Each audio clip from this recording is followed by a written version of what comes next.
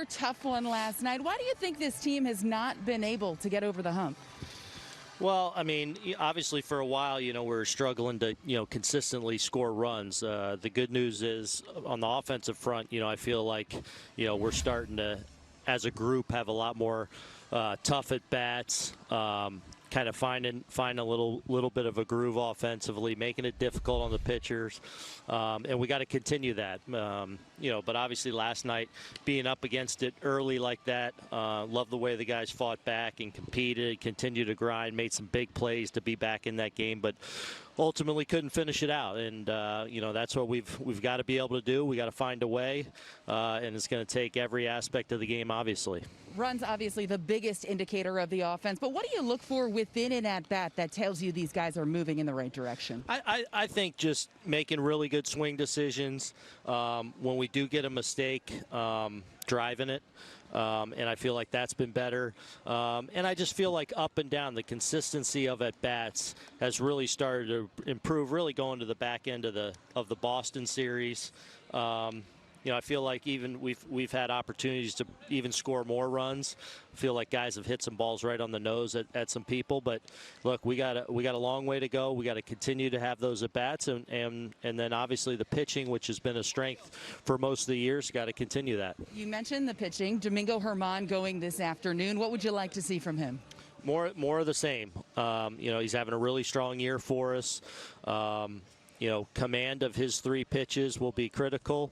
Obviously, being able to throw those pitches in any count against a good offense over there. And, obviously with having to use a lot of the bullpen last night, we need a strong outing for him and get a little bit of length out of him today, and hopefully he can go set a good tone for us. Looking back to Tyone yesterday, it seems like he's so close, has a lot of guys ahead in the count, 0-2, and then can't put them away. What does he need to do to turn that corner? Yeah, I think it's just really, analyzing some of the attack plans there with two strikes, expanding some things, some versatility out there and what he's able to do.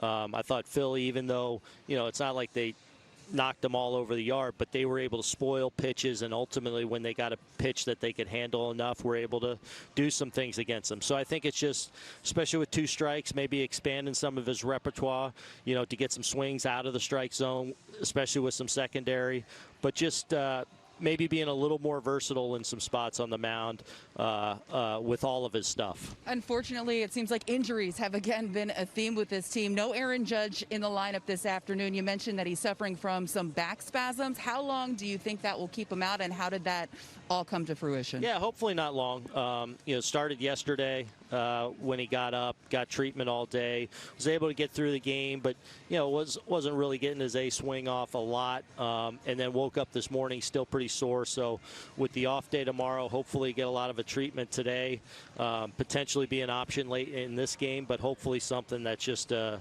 day-to-day thing. How nervous are you waiting for that Luis Severino news and that MRI to come back? Yeah, I mean, obviously he'll get that done this afternoon, and we'll see what we have. Just obviously know how hard Sevy's worked, know what kind of condition he's in right now to put himself in a position to get back with us. So to have a little bit of a setback last night, hopefully we get decent news on it today, and it's not something that sidelines him too long. But, right now just, hoping the best for Sevy. Shifting gears a little bit, I know Philadelphia is a place that you hold near and dear to your heart, spent a lot of time here growing up. What type of memories come back when you're in Philadelphia? So many. I got childhood friends here, people I know around the ballpark, vendors that are still here that were here in the 70s that I got to see, the peanut lady that we grew up with in the 70s. It's just a special place. They have a big World Series from 1980 banner outside our clubhouse with the World Series parade, and I'm in it as a 7-year-old and stuff. So this is a lot of great memories for us growing up. Do you remember that parade and how excited you were back then? Yeah, I mean, even being 7, absolutely. that world championship and getting to be a part of it with that group of, my dad and that group of players all mostly lived in the area. It was a very close-knit team. Well, I know you're a busy man and you have a lot to do before the game starts. Thank you so much for the time. All right, Meredith.